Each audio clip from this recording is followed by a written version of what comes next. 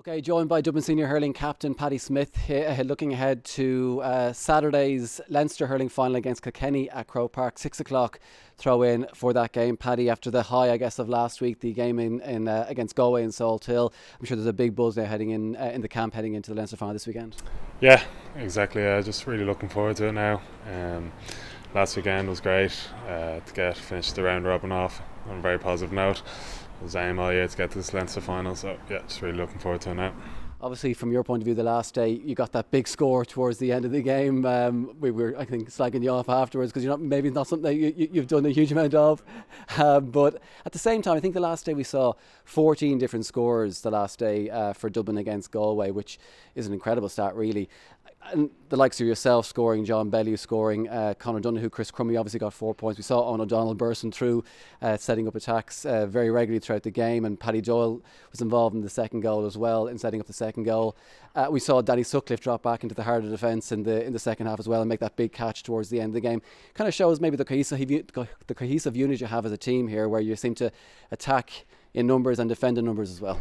Yeah, definitely. 14 scores must be up there on a record. Like, it's just a spread of scores definitely helps. I think we've probably been relying on one or two maybe in the past, but especially the impact off the bench as well was huge last day. That's what you want as a team, as a squad. It's not just 15 lads, there's 26 and then 36, 37 lads here training every night, so it's just about everyone having the confidence of when you get your shot, you can take it. Confidence must be high in the group though after the round robin series. Yeah, definitely. Look, we started out the first day against Wexford, probably into the unknown, and we just got better and better since then.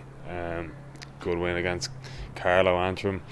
Then we had Kilkenny here, just narrowly lost that, but yeah, I think we've just got better and better each day, which is it's the aim you look for every day. So the confidence is high in the group.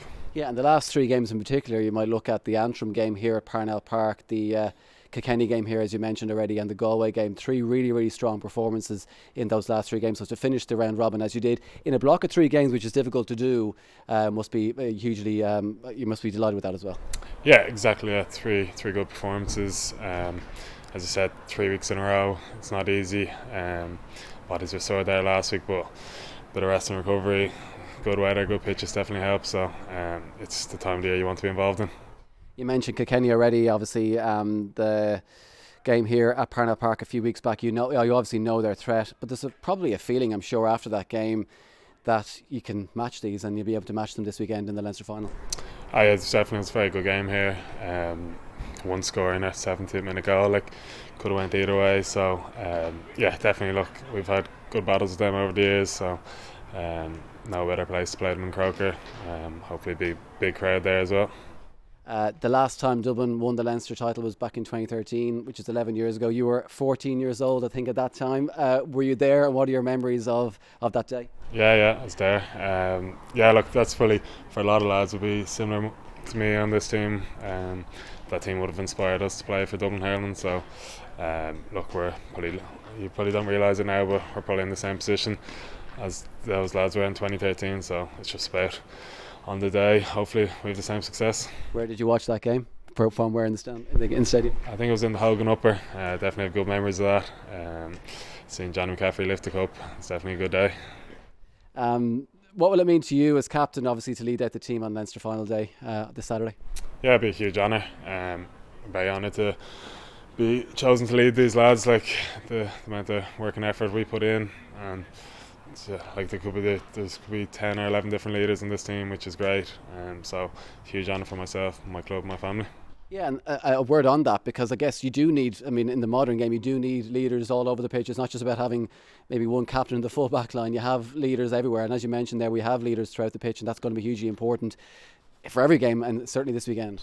Yeah, definitely. Like, you see like lads like Chris, Owen, Danny, there's three dimensions the whole time, like behind me as well. Like, that's a huge support group for me to bounce ideas off the whole time, and it's a lot of lads are leaders on the pitch as well, like, and that's what you really want. You don't want just lads that can talk a game, but when you see it in action, you follow.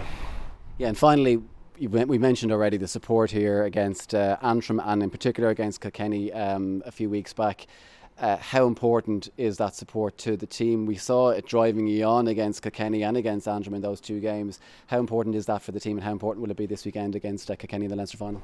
Yeah, hugely important. Like, as you referenced, 2013, like, I remember the sport that day, and as you said here again, Parnell Park there 2 weeks ago, that was huge. Like, the lift it gives all the lads. So we're just asking everyone if they can get out on Saturday. It'd be huge support for us. You know, you always say the 16th man, but it's in them dying moments where you really hear the crowd, and you hope to see a blue wall on the hill.